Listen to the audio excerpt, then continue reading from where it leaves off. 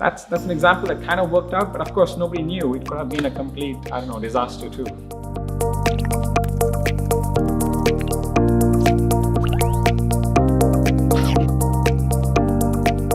I always describe myself as an engineer, a husband, and then a father. Of course, progressively through my life, those last two attributes got added.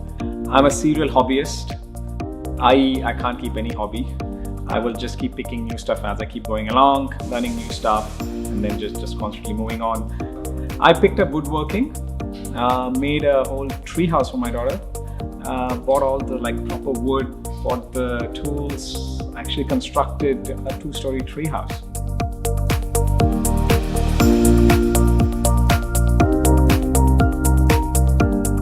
As soon as the first lockdowns kicked off, it was back in March.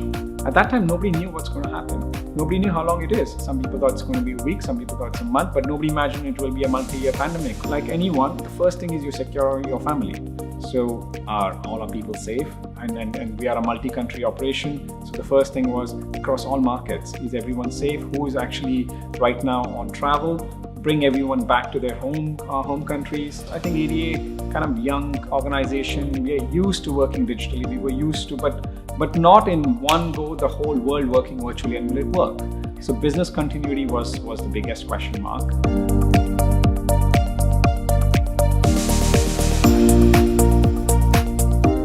I was a scholar in NUS in Singapore, and like every scholar is ordained.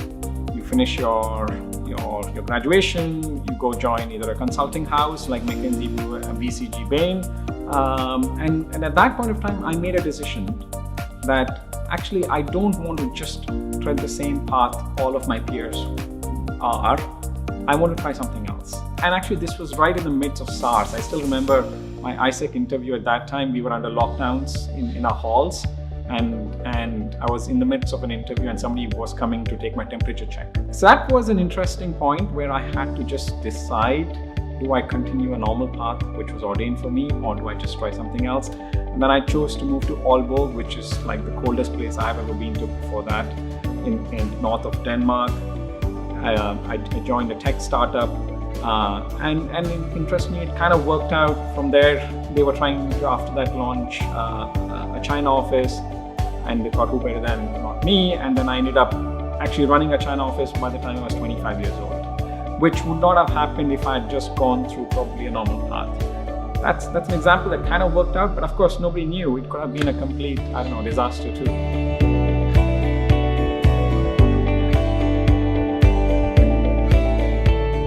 We have a slightly different risk profile within us. Some of us like to take more risk, some of us like to take less risk. I'm naturally more conservative.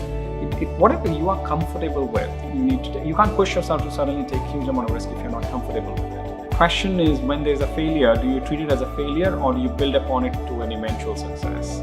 So that's why I generally don't think of any decisions as a failure points, because they always lead to an eventual outcome which you're happy with. So maybe a particular project was a failure, but that helps you build another project, the learnings from that, which will be a success. So I kind of see it as a continuum as opposed to one-off this thing.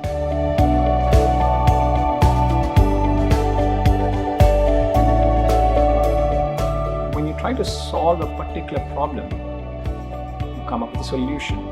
So that's for us a solution-oriented mindset. So figure the problem out first, spend inordinate amount of energy figuring out what is the question you're trying to answer.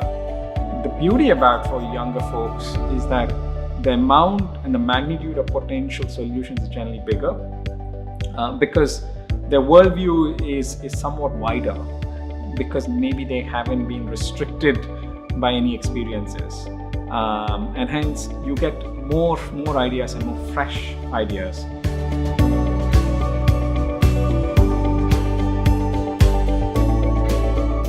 To me, a great company is a company that's constantly experimenting, innovating. And that is the type of culture that we are trying to bring, where I think a lot of young people will really flourish in. You kind of sometimes think of this like a university in itself, where a lot of experimentation can happen. You can build whatever. There's so many different markets, so many different business lines that you can engage yourself in. we are a data and AI company. Whatever's going to happen, we know from one sectoral trend is that the world is moving towards that, more and more towards data and AI. So that's something that I think a lot of people will naturally gravitate towards and kind of future-proof type of your organization.